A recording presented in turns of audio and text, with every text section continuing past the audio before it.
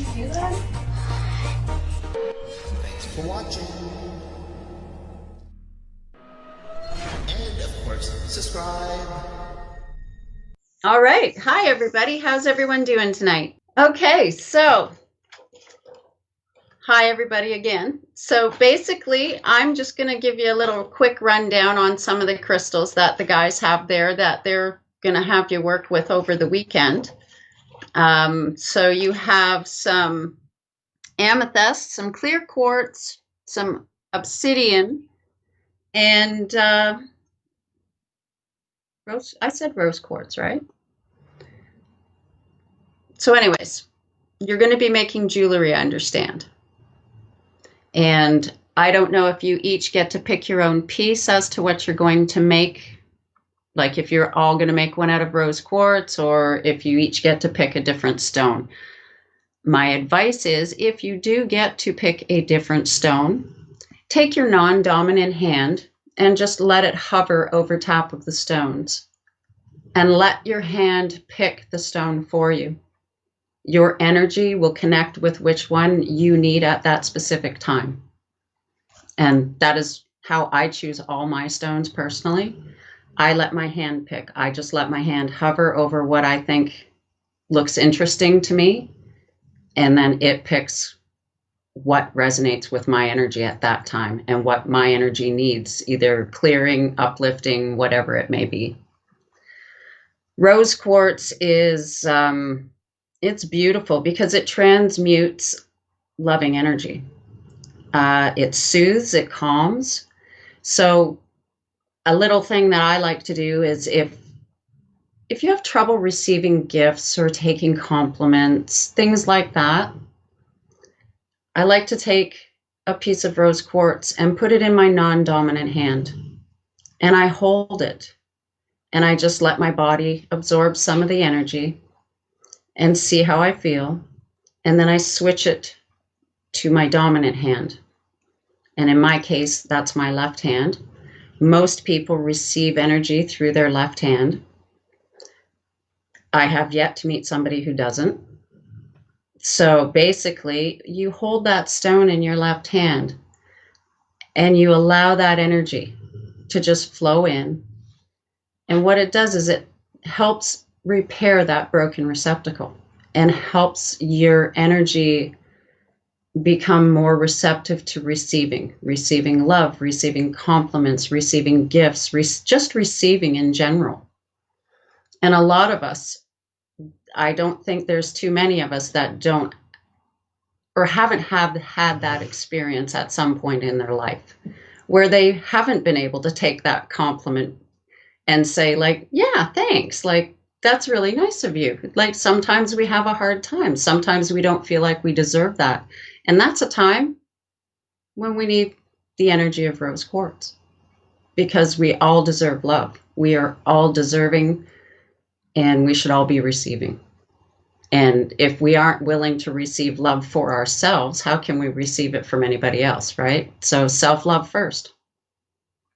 Always self-love first. So don't be afraid to sit with a piece of rose quartz for a few minutes a day and just say, what do I need? What can I do for myself that will help me love me more, will help me receive loving energy more from others around me? It's just a great stone. I love it. I think it's a great stone to work with in regards to our emotional bodies. I use it a lot when I work with Reiki clients. I place rose quartz around their body along with amethyst. I also use obsidian or tourmaline for grounding stones when I'm also working with my Reiki clients as well. I find these particular stones that the boys have actually picked for this weekend are really great stones. They all work very well together. They all are very fabulous at clearing energy, but they're also really good at uplifting our energy as well. Do you have any questions about rose quartz? Okay, so she's got some tourmaline or she's got some obsidian there, right? Did you give them a piece of that? You holding on to that, Deanna? Okay, just tell her to put that on and just what she always does, cloak herself in white light, make sure her feet are firmly grounded. Just take in the air. Tell them to step back. She knows what to do. She's got this. This girl's got it going on. Deanna's a pro at this. She doesn't need me to tell her. She doesn't need me. So anyways, then we have amethyst, right? So we have DTs, which we use in grids. And what we do is we have one point pushing out of the grid, so it pulls the energy out and away. You can put those around your body. You can put it on your body anywhere when you want to pull energy out.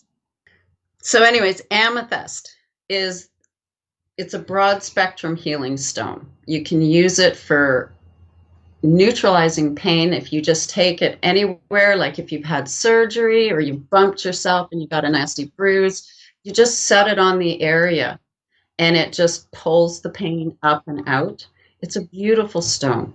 It's emotionally soothing. It's wonderful for easing stress and anxiety. I use it a lot for exhaustion because I don't get a lot of sleep, so I'm tired all the time. And it's really a great stone for allowing your potential in whatever you desire to come through. So if there's something you really desire in doing and you're kind of hesitant, sit with some amethyst for a while and really ask it, is this what I'm thinking about doing? Is it a thing for me? Should I encourage myself to go farther with it? The stone will tell you by the energy it puts into your body. Just got to listen to the vibration. It's a beautiful stone for spiritual protection as well. So make sure you guys use it this weekend when you're doing your hunt. I'm going to miss not being for that.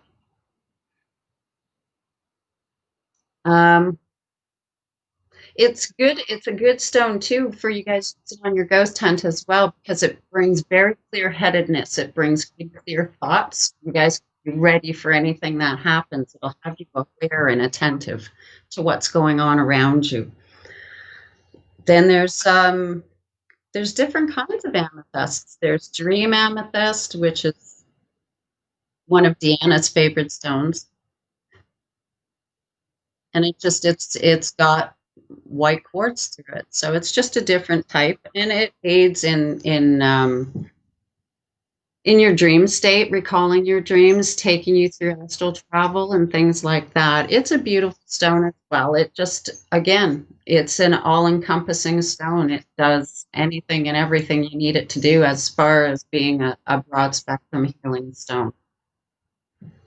And anybody that is new to crystals and don't really know a lot about it, I would suggest getting any of the Crystal Bible books. The information in those books are invaluable. It gives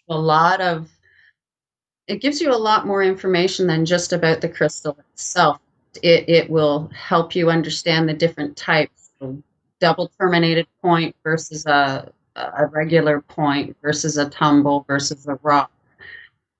They also teach you how to do gridding with the books as well. So it's a good thing to have. If you're just new to crystals and that, I suggest looking into getting that book, because it will help you a lot to increase your knowledge and how to use them the best way. You can make water elixirs. There's certain stones that you can put in water and charge in the full moon and drink it in, and actually aids in the energy and clearing of negative blocks in your body. There's all kinds of things, and the crystal Bibles have that information in it. So I would suggest, if you don't know a lot about crystals and you're really, really interested, get those books. You'll learn a lot from them. That's where all of everything I know about crystals, that's how I learned it. I am not certified in crystal therapy or anything like that. I am intuitively guided by my guides when I do my work.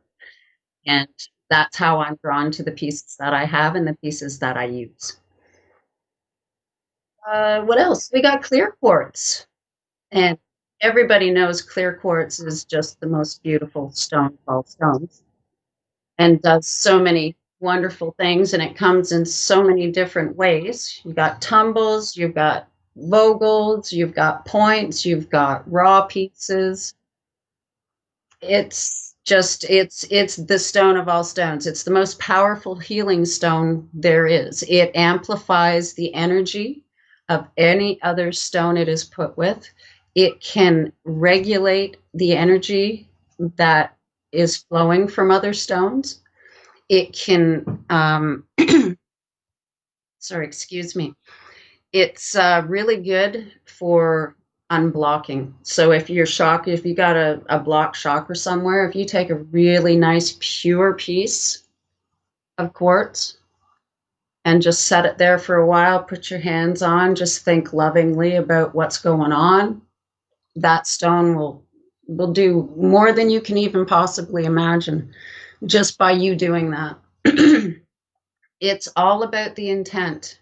Anytime you do anything with a crystal, it is what you intend to do with it. So when you place that crystal in your hand and you put it in the non-dominant hand and then put your dominant hand over top, and what you want to do is you just want to sit quietly with it and tell it, this is the intention that I have for you. Are you the stone to help me with this? And you'll get a feeling from it. And a lot of the time, I'll get an actual verbal confirmation in my head from my guides, like yes or no. And a lot of the times it's, again, by the palm of my hand. Because I am a Reiki healer, I use the palms of my hand for a lot of things. If I am not sure what stone to use on a client, then I will just use my hand over top of, like you can see, I have a plethora behind me. And that's all I do is I just wave my hand over it and I let my hand pick the one that I need. And as soon as that happens and I put it on my client, I get a verbal confirmation in my head, yes or no. And then I'll switch them. And that's how I work. That's how my guides work with me. And I've been like that since I started Reiki. I was intuitively drawn to crystals. Probably the third Reiki session I personally had, I was drawn to ask the questions on the third session. Why are you using those? What are they? What do they do? And from that moment on, it's been, I can't get enough. I cannot walk past a store that sells crystals and not look. I have to go in. I have to see if they have something different. I'm drawn to very uncommon things and things that are really hard to find. And I've actually done past life regression meditations where I've gone to an outdoor market. I think it was maybe late 1600s, early 1700s. And I've seen myself go through this market to where there is an actual booth of crystals I've never even heard of yet, but they exist. And they're finding them today. One of them is this one here, K2. They just discovered this in Afghanistan. And it's one of the stones that was there. I had never, ever heard of it. I'd never, ever seen it. I found this stone 6 months ago. I've never, ever seen it in a store. I've never seen it anywhere. I saw the stone in a meditation, and it took me till 6 months ago to actually physically find it. And it's classified as rare. So it's really cool what crystals can do. And I would strongly suggest when you are making your pieces tomorrow, think about taking that stone and just sitting with it and really placing your intention as to what you need it to do for you, whether you need it to help you love yourself or help you become a more compassionate person towards others. That's what I mean by placing your intention in the stone. And I would strongly suggest that you all use a piece of your obsidian or tourmaline, whatever dark stone, whatever black stone you guys have. Make sure you carry that while you do your ghost hunt. Oh, I appreciate you having me on. I hope you guys have a wonderful, wonderful time tonight. I wish I was there, but it's what it is. I am there, kind of. All right, you guys have a blast. Bye, Deanna. See you, Pam. Have a great night, everybody. Bye. Bye. So, in the late 1840s, all of this was woods. You know, there's just, well, not in the 1840s, but in the early 1800s, all of this was woods, and it was all owned by the Canada Company. And the Canada Company sent out a surveyor who chose this area because it reminded him so much of his home. That's why that river there was named the Thames, and this town quickly became Stratford. And the Canada Company owned the Huron Road, which is what 7 is. The Huron Road ran from Guelph to Goderich. And they were just looking for a center point, a place where their stagecoaches could stop. And that's what this became. And so the Canada Company sold pieces of the land, and in the 1840s, Robert Johnson bought this piece of land. And in 1858, he built the Queen's Arm right on this location. As a matter of fact, the basement below us is the Queen's Arm, the original Queen's Arm Foundation. Now, he kept it for about 10 years, and of course, Stratford kept growing, and he got stagecoaches coming through. He put up some of the visitors. You know, they stopped by for breakfast or lunch or whatever as they went along. So in 1864, I believe it was, Robert Johnson sold it to a civil engineer of the last name of Curry, J.C. Curry. And if any of you think that name sounds familiar, it's because it's the name on the Huron Street Bridge. Mr. Curry built stone bridges throughout Ontario, well, all kinds of bridges. He was a civil engineer, and he loved Stratford, he loved bridges, and he loved this hotel. And his son, Fred, took the hotel over in the late 1800s, and Fred and JC were two different types of guys. JC was this big galoot of a guy, whereas Fred was more refined. He had fine features. I think they would, in the Edwardian times, they called him fops. But he was really fashionable. The one thing both father and son had in common was their love of this hotel. As a matter of fact, if you go down into the basement, the laundry room, which is right underneath this room, one of the strongest presents in this hotel, aside from the Pinckneys, and we'll get into that, is a ghost I believe to be the senior Curry, J.C. Curry. And all he does is stand in the doorway and watch. But anybody who's ever gone down there and done laundry will tell you everybody knows they're being watched. I used to just, middle of the night I'm folding laundry, 2 in the morning, and I know that he's watching me. So what do? I started reciting poetry to him. I figured it's getting lonely, just standing there watching.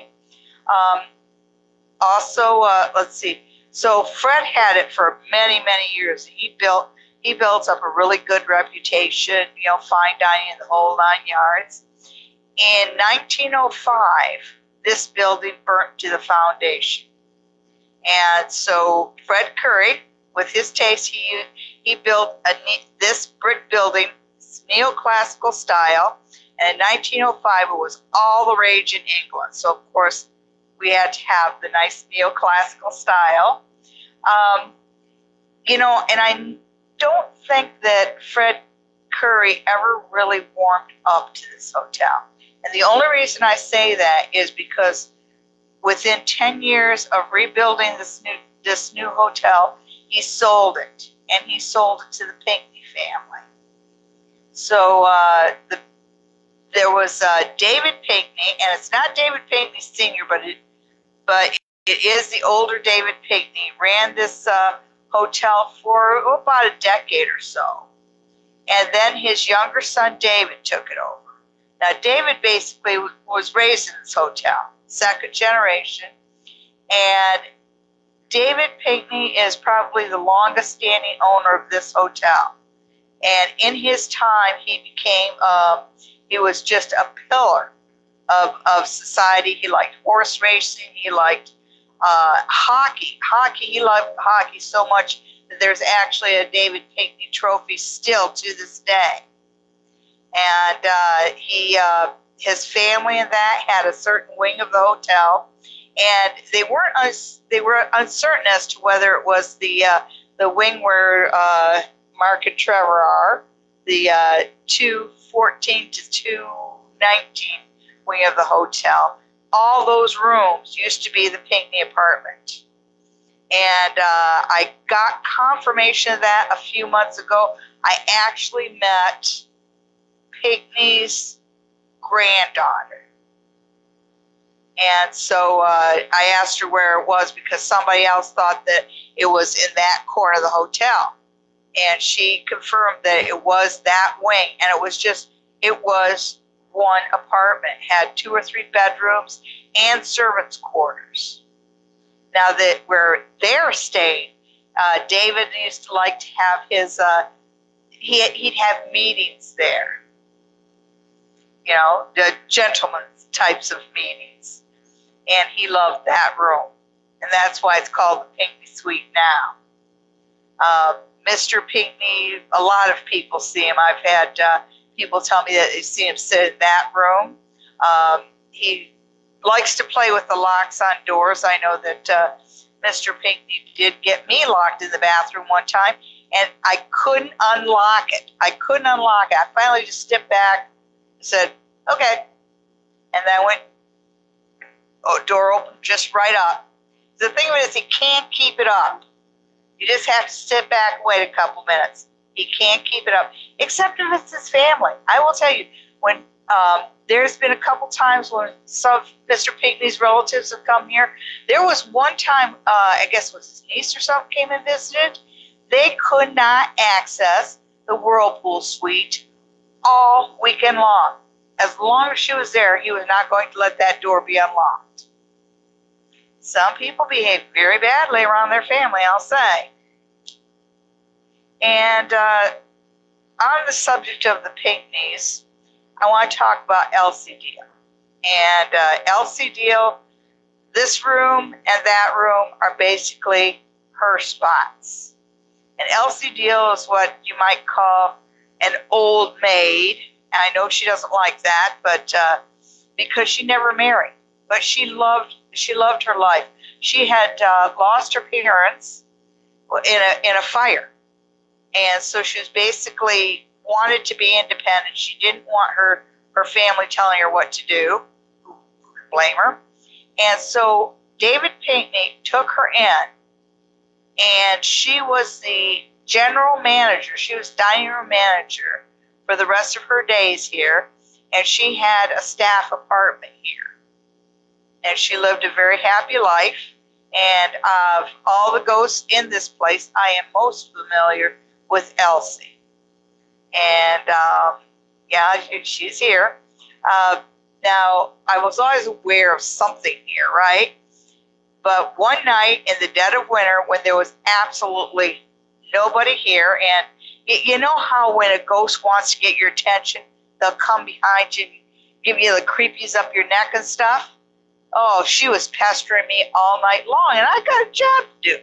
So I'm trying to ignore her.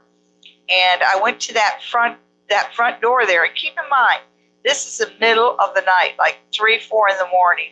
The doors are locked. There's nobody in the hotel but me. And I'm picking up one of the mats and rolling it up so I could do the floor.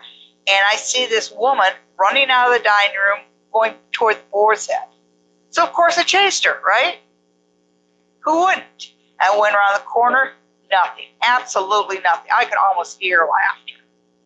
And after that, she moved the coffee pots on me, so there's big flood. And she thought it was funny, I didn't. But come 7:30 in the morning, things were getting lighter outside. I'd open up the door. I was getting ready for breakfast coming in or whatever. I was coming through this door with an arms full. Both those doors were closed, and as I came about halfway across the room, that door that's halfway open there just opened on its own. I thanked her, quickly put my stuff down and closed the door behind me. It was really cool. But, you know, I've seen ghosts before, but this was full on color. It was the most intense apparition I've ever seen. I call her before I knew her name, I used to call her the Lady in Blue, or my little suffragette, because she was wearing garb that you would associate with, you know, early 20th century, and she had a dress on that was like a gunmetal blue kind of thing.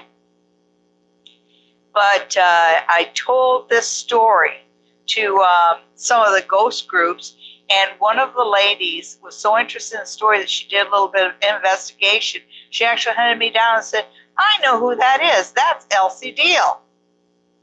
And it was.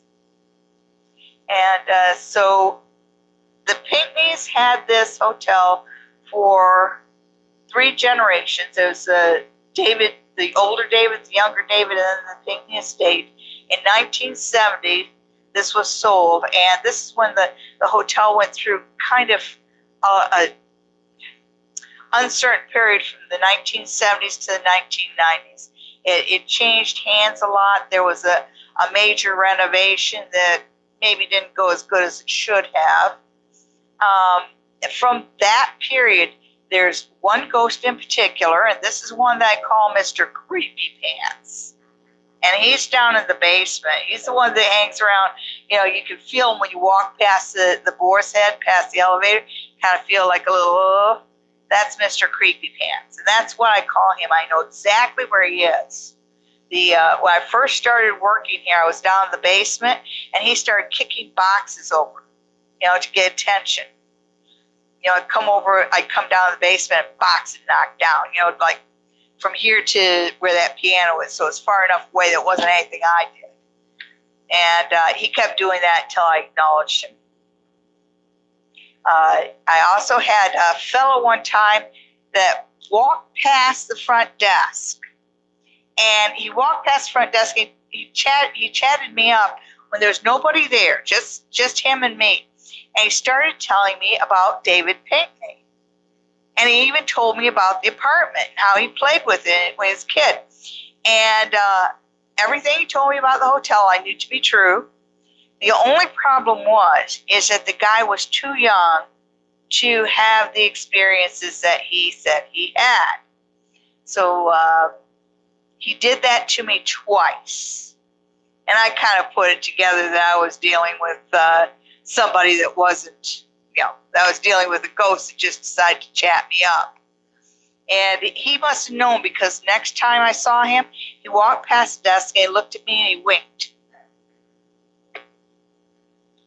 That's okay. I'm not going anywhere. I'll be here. I'll catch up with him. Okay. And does anybody have any questions this time?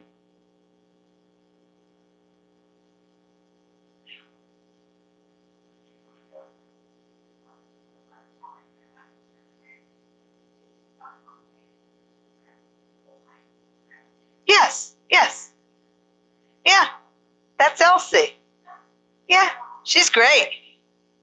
She's a lot of fun.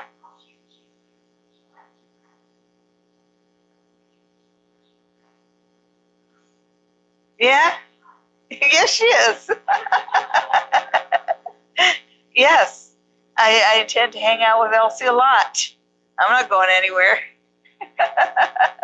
Any other questions? The what? Oh, yeah. Yeah, well, we did the seance right there. And the energy is in this room. I've already talked to you. It's pretty high energy here. He had some sort of a ghost whatever that meter was. Oh, yes. Wasn't it this one? The one that had, yeah. This one or this one? Okay. Well, what we thought during the seance was that we would put it on one of those posts so that they capture the camera, because we thought, oh, that'd be so cool. Do a seance and have one of the meters in the background going, oh, beep, beep, beep, beep, beep, beep. Okay, but this one was like all the way red zone until we got so far up the post that we couldn't even, the camera couldn't catch it. It's like just right up to here, all the way off the charts. Of course, y'all know that. And that was we had a pretty good time. We had the Mediums trumpet, which I will have here, the same trumpet I will have here tomorrow night, and it just makes like little pinging sounds, eh?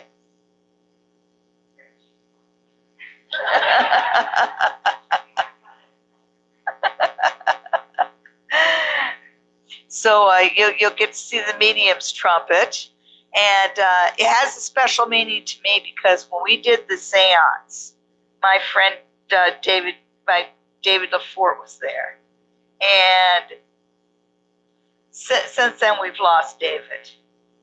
And every now and then, he's been here a few times, and every now and then he'll peek in on us.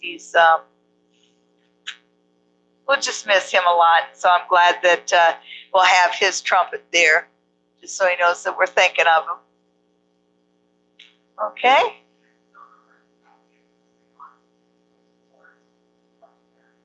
Oh, did they? Yeah, that's Elsie. Okay. So thank you, everybody. I look forward to seeing you at the workshop tomorrow. Remember, bring something for Pass the Basket. It'll be a lot of fun, and we'll work on psychic development. Okay? And next is Mr. Trevor, who is going to talk about all these wonderful instruments. Oh, my mic. Yes, I am really good at walking away with mic. Oh, wait a second. No? Okay.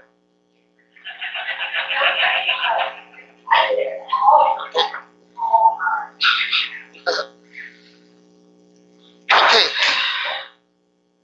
Always crashing.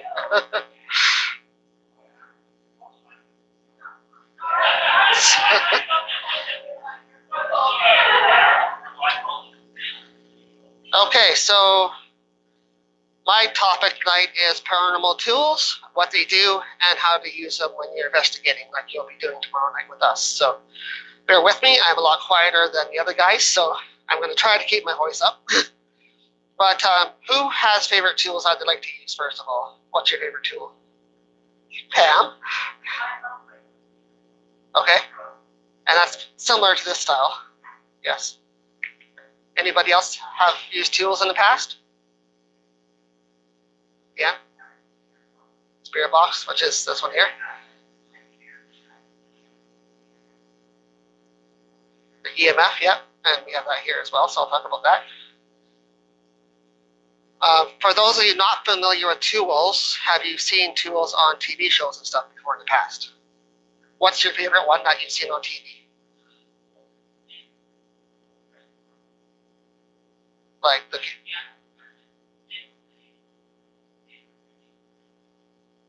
Okay, so like an obvious style tool. It will display a name or speak a name. Right. A lot of those ones now have turned to apps. So there's a lot of free apps that you can download for your phone nowadays that you can use that work that same way. So you don't have to go and buy an obvious device. You can actually just download a free app and it'll do the same thing. So and I'll tell you a couple here too in a second. So.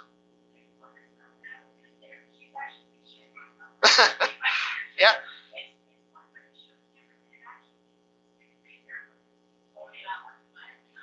Yeah. There's a whole bunch of different ones out there, so there's a couple popular ones. There's one or two that we use as well, so those are the ones I'll kind of mention tonight. I'm not really familiar with all of them, so I'm only kind of know the ones that we use directly. So, but if there's one that you know the name of, just let me know and we can check it out. You remember what the name's called, or? Are you talking like a laser grid tool? Yeah. Yeah. Yeah, that's a laser grid. So what that tool does is like a pen-shaped device, like a cat laser toy. You just click the button with the laser, but it'll spread it out into a wide grid, and it'll fill the whole room up with a laser grid. With the lights off, the whole room will just be laser, and you can see any type of movement at all. So like any shadow, any physical movement, like an object or something, you'll see it right away, but it'll break the lasers. We have those here as well, actually. But I'm going to start just going through some of the tools here that we brought tonight. So this one's called the SB11 Spirit Box. So this is the one that they keep remaking and remaking. They started with the Radio Shack version, which we have as well. Then they came out with the SB7, which was about half the height of this one, small device. Then they brought this one out, which is still the latest one that they have, I think. And they came out with this one because it has double channel on it, and you can actually do 2 stations at once, which is really handy. Because what this device does is actually creates white noise, and spirits can actually physically speak through that white noise to you. You can hear them talk. Yes, you will hear radio stations and frequencies come through on it, but you gotta listen beyond that and behind the frequencies and behind the static, the white noise, and that's where their voices are gonna come through on. So it scans at a certain rate. You can set the rates right on here, and the faster or slower it scans, you'll know how fast the radio stations scan by. And if you hear a voice or a sentence or a word that's longer than that split of a second a radio station scans by, you know it's not radio. So that's kind of what you have to listen for on these. And the way we usually try to run these devices is there's a channel 1 and a channel 2. And I'll do one forward, and you can run the other one in reverse. So that way you know it's not a radio station either, because you're hitting different ways of scanning the band. So you got one going in reverse and one going forward. You can also adjust things like the frequency, the volume. There's a mute button on it, and some other features too. So who's used this type of device before? Yeah? Do you use these ones?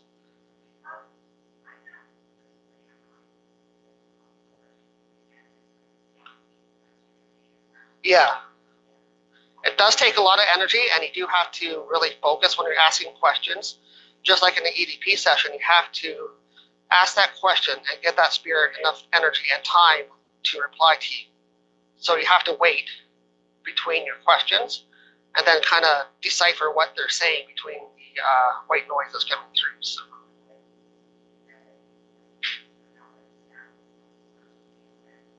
Do you find it harder to hear what they're saying, or? Yeah.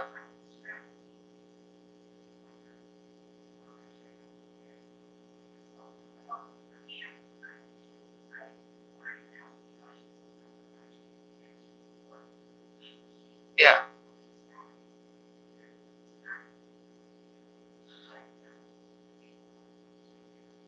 Okay.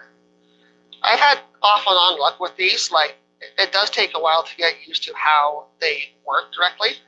You kind of have to do it like any other device and sort of feel your way through it and feel how the functions work and how the responses come through the spirit. So when I first got it, actually, it was really difficult for me to figure it out. I was like, how does this work? And I had to watch some things to figure out how it worked and stuff like that. But one time we did use this here in the hotel. We had the spirit box in the room that we're staying in now in 216. Oh, right. We had the original Radio Shack one for that one. Yeah, so we had the original one, not this one, but we had the first Radio Shack version, which sometimes actually works better because we find the more they improve, sometimes they don't work as well as the original.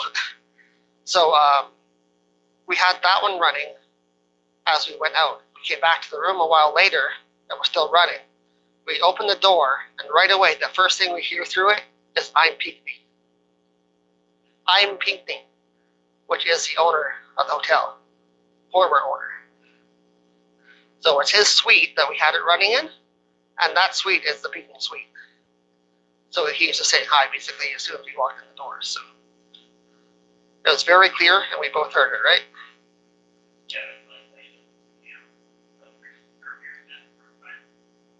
Oh yeah, we had some guests come with us one time. We were staying here doing sort of an investigation a while ago. I guess she never heard the spirit box running before or understood what it did properly, because as soon as she heard the first words and voices that came through it, she darted out the door. She ran back downstairs. She was gone. So I don't know why, but you can't do spirit work if you run away from it. So I hope you guys don't do that this weekend, but I know you guys are pros at it, so. So that's the SB11 Spirit Box. It's a good tool, but sometimes, like I said, sometimes the older tools are the better tools. So I do like to go back to the original tools sometimes because they're simpler. They work better. And I think spirits use that better too. And next tool we like to use is this little device. You guys see what this one is? Yeah. It's just a little simple digital recorder that you can buy anywhere at any store. Basically, we use these to conduct EVP sessions. So what EVP is, electronic voice phenomena. And you ask questions just like you do on the Spirit Box, but they reply directly into the microphone on the recorder, and you play it back later to hear the response. So same way that you use the Spirit Box, you talk into it, you ask questions, you wait 30 seconds or a minute or so, a pause in between, before you ask the next question, because you have to give them time to reply with their energy. And then you play it back and hear afterwards what they say to you. So it's not an instant playback, but some of these new ones actually do instant playback. I'm trying to find one that's cheap enough that I can get that does the playback, but I haven't found one yet that I like, so we still have just the old style. With these old style ones, you have to actually download and listen to them on the computer too. That helps also. So there's software out there that you can actually download and listen to the audio files off of these and pick out the different classes of EVP that you can hear. And speaking of classes, does anybody know the different classes of EVP? No? Well, there's 4 main types. Sometimes people say 5, but I just usually go with the top 4. So there's Class A, which is like me talking right now. You can hear it clearly. You understand what the word is, no issues at all. There's Class B, which is sort of a little bit garbled. You sort of understand it. You're saying, yes, I'm sure that's that word, but there might be some doubt. There's Class C, which is sort of the next step. It's like, I really can't hear it. I really can't make it out, but I'm going to keep it in a file anyway and keep it. And then there's Class D, which is just garbled, gunky, and you can't make it out at all. And you just throw those ones out. So when we do investigations and we use all the scientific tools and we're actually doing a full investigation, we always try to make sure that we keep every single piece of evidence. So we usually only go for the higher classes of the EVPs, like Class A or Class B, possibly, but that's it. Anything lower than that, then we don't keep it. Just because it's too garbled, you're not going to understand it anyway. So that's what that does. And you can do that anywhere, anytime. The best situations to actually do these in is in a quiet, dark, well, it doesn't have to be dark, but a quiet, safe, secure area where there's no external noise at all. Because if you do investigations where there's external noise, that's going to interfere and cause interference on the device. So it's going to pick that up too, and you're not going to hear a clear EVP. So, has anybody experienced EVPs or had those happen to you?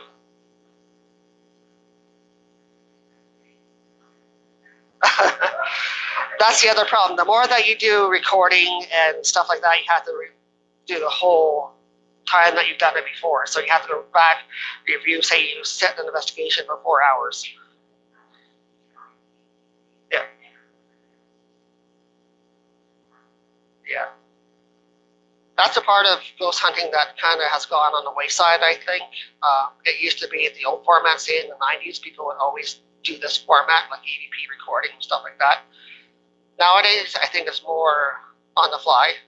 Like people like to have the apps, they like to have the different devices that they can just get that evidence right away. Like,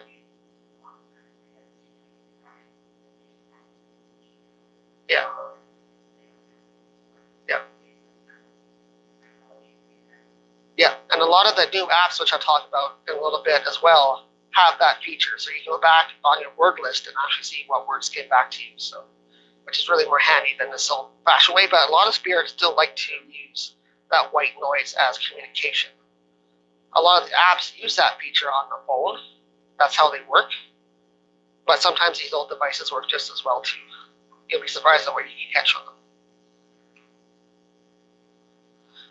Next two of these I'm just going to do at the same time because they're mostly basically the same thing. They're EMF meters. One's a simpler one like Pam has. It's just the regular ghost meter. Yeah. What was the difference between those two again? I think it had a more direct meter in it.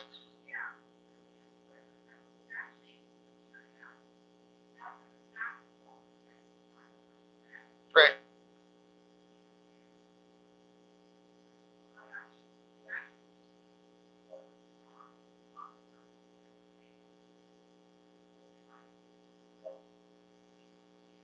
Yeah.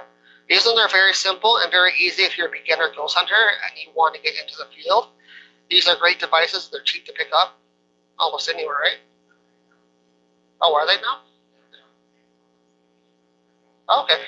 There you go. They're about $100, and they're really easy devices to learn and to use. So, yeah. So, basically, what these devices do, they pick up EMF energies. So, EMF is electronic magnetic field, and that's actually produced by a lot of different things. It's a natural field within the Earth, but it can also be produced by things like electricity running through buildings, wires, and different appliances have it and stuff like that. So when we're doing a scientific investigation and using the tools, we'll actually go around the whole building that we're doing and actually see where the hot spots are first before we investigate with these. Yep.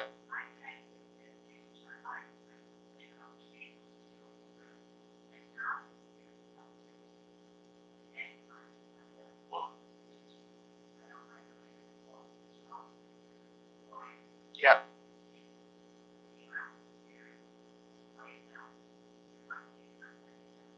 Yeah, they will come to you as well. So if you're sitting doing an investigation by yourself, say, and you do want to communicate directly, you can ask them to come to you first as well.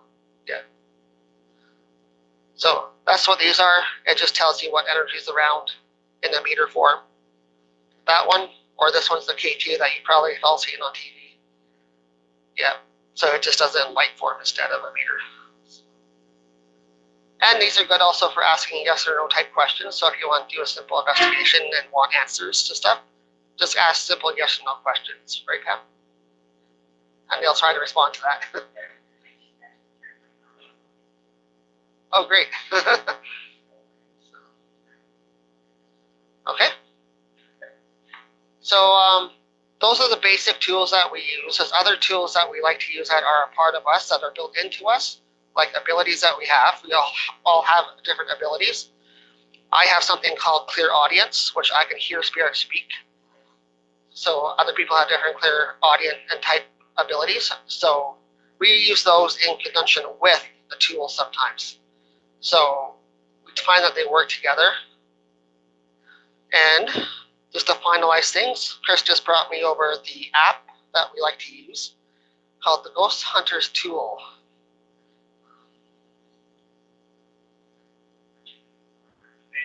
Huh? Touched me.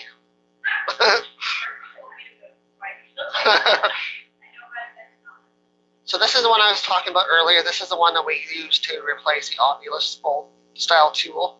A lot of people use apps now like this one, where it does spit out words, it does spit out energy, and you can save a words list when you're investigating. It's called the Ghost Hunters Tool. You can just find it on Google Play for free. You guys are more than welcome to use it tonight or tomorrow night here. Yep. Ghost Hunters Tool. It felt like a little handprint. Next word that just came up right now was eyes. So, and for those watching right now, it is called the Ghost Hunters Tool app. Find it on Google Play. Nothing new yet. Ghost hunting. Oh.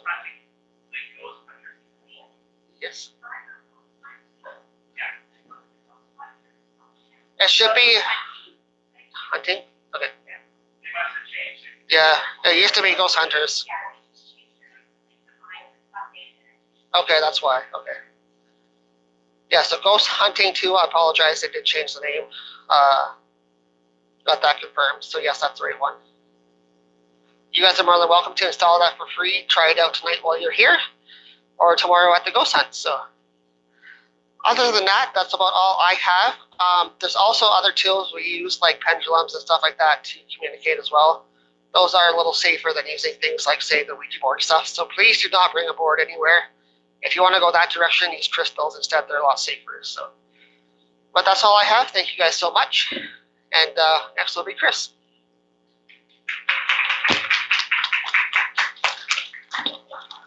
All right. So I know that Sally, the Queen of Ooga Booga, spoke. Trevor spoke. How are we doing all so far? All right, wonderful. All right, so just to let you know, let me take this off. Oh, finally I can breathe. Anyway, so I'm going to be sort of let you guys know about my experience actually as a paranormal investigator. My very first encounter was actually at the age of 6. That was actually in the south end of Kitchener, out by the June College area, is right where my first encounter was. What had happened, though, is at the age of 6, so you wake up, right, and if you see something strange, actually right at your front door of the bedroom, you will pinch yourself. So what I actually saw, though, was actually 2 spirits rising actually from the floor, wearing bike helmets, communicating with each other. Now, what also I did, though, is actually later in life, though, is I've actually grown quite strong, finding out, though, that I'm actually 4th generation Native Indian, Swampy Cree. I am a trance channeler, medium, plus also I can astral plane. So who here knows what astral planing is? Does anybody? Okay, right? Yeah. Yeah. Sort of like that, yeah. What I can do, though, is I can be actually at one location, think about another location, I can actually be right there and I can give you full description exactly what's going on. All right, that's one gift that I actually also have.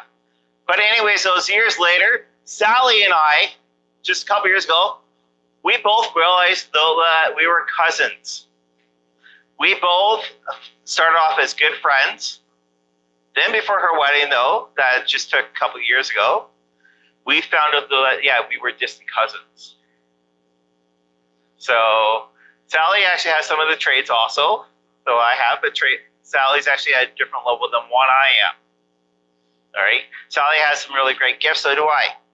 Now, one other location, though, is right when Trevor and I, we did our very first location, was the Larocque Gorge. Who here remembers the old hotel there? All right. The old hotel at the Larocque Gorge used to have a wall there. People used to commit suicide. I went into a trance state. Trevor was with me. My leg actually kind of twisted and I've been pulled away. That kind of freaked out Trevor because Trevor didn't know exactly what was going on. We have investigated over 150 locations here in Ontario. We've done the Coburg Jail. We've done here in Stratford, Ontario, actually here at the Queen's Inn. We've done actually a couple locations also in Stratford. One of the most locations that we have just recently done, and that was last November. Last year in November, we were actually up in Northern Ontario on St. Joseph Island. We investigated one location because there's an ongoing case actually off there to do with a missing boy. What we came across, though, is an elemental. It is Sasquatch that we came across. We came across that actually quite strong. You can actually see it actually in one of our videos. So we have actually posted it actually on Facebook. You can actually see a black shadow behind me on my right-hand side up on the hill. And it made a sound. It made whoo, whoo, whoo. It made that sound there, but it was way stronger. It terrified some of us. Not going to say who, but it terrified some of us. So we left the location. Another location that we also have done, though, that's also drawn strong energy, and it was actually down in Niagara. This location is Niagara Military Museum. Niagara Military Museum actually does do sort of to do with what it is, which is military museum. We've actually had encounters there. We actually had some people with us, though, that were just learning. They actually had one of the tools, which was the K2 meter. K2 meter was going off on them. Another locations that we've actually done in the past is Milton, Ontario, the Country Heritage Park. Now with Country Heritage Park, we've actually taken some people in. Some people are here tonight, though, that actually can testify exactly what has happened. At the Country Heritage Park, we did table tipping. Now, table tipping, though, is where you put your fingers actually on the table will actually move, or you would be able to do a 45-degree angle, or even more of a degree angle. Person actually, though, one of the person that's here took her fingers actually off of the table. Trevor and I, we took off the table was 45-degree angle. But anyways, besides all this, I'd like to bring Sally forward tonight, please.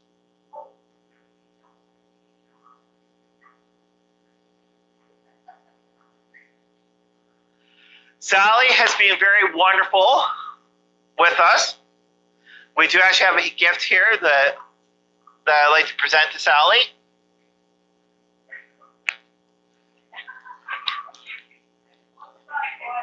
Oh my goodness, look what it says. Oh, I don't know. Slur. Okay, if you want me to slur, I'll slur.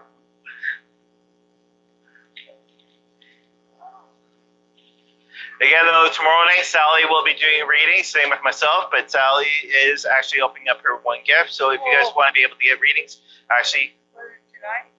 yeah, sorry, tonight, thank you very much. So tonight, though, we're doing readings. If you'd like to be able to get readings actually from Sally, tune into her show, which is actually the Queen of Booga, and that's actually on YouTube. She does palm readings and also live question readings on Sunday nights at 9 o'clock.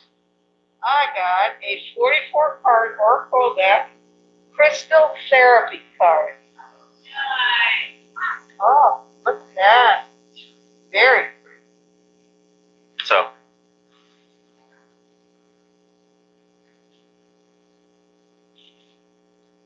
Bless you.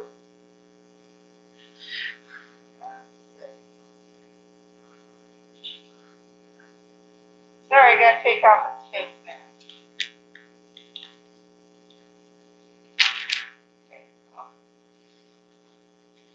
Right. Thank you very much.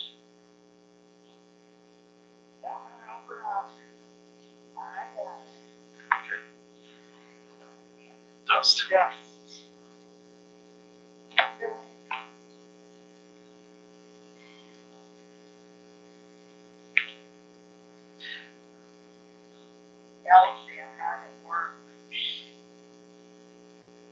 So those that just missed what Sally said, she just said, Elsie, I'm not at work right now. Please be quiet. I don't think you like that very much.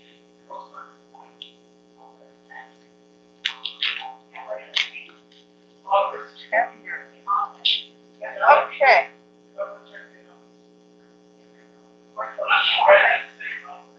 Oh no. So September came across ours, so.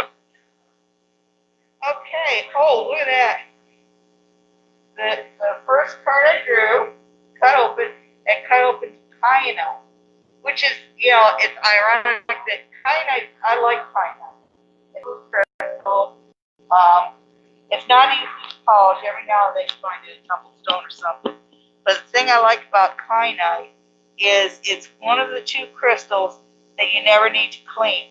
And it's constantly negating and cleaning of negative energy. It's kind of like a crystal Roomba. Yeah. Awesome. Thank you very much. No problem, no problem. All right, now next person I'd like to actually invite up here. She has actually helped promote for this night also very, very strongly within her neighborhood is Deanna Furlong.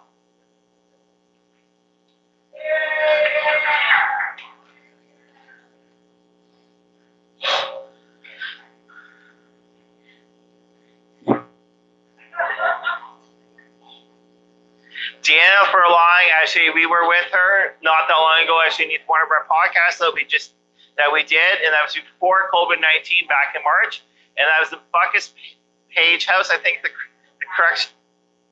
correction is she'll be able to correct within a second. So.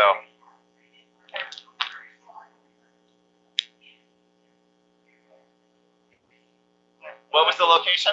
Bacchus Page House. Bacchus Page House or Bacchus? Bacchus Page House. All right, and that was actually down her neighborhood. Anyway, so it's from us to you, from us here. Actually, this is for you.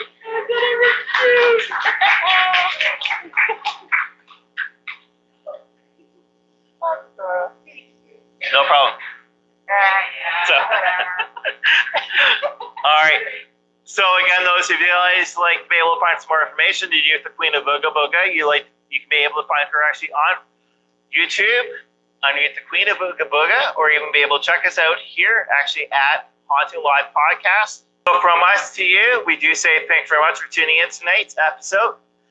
You guys have a wonderful night and happy haunting.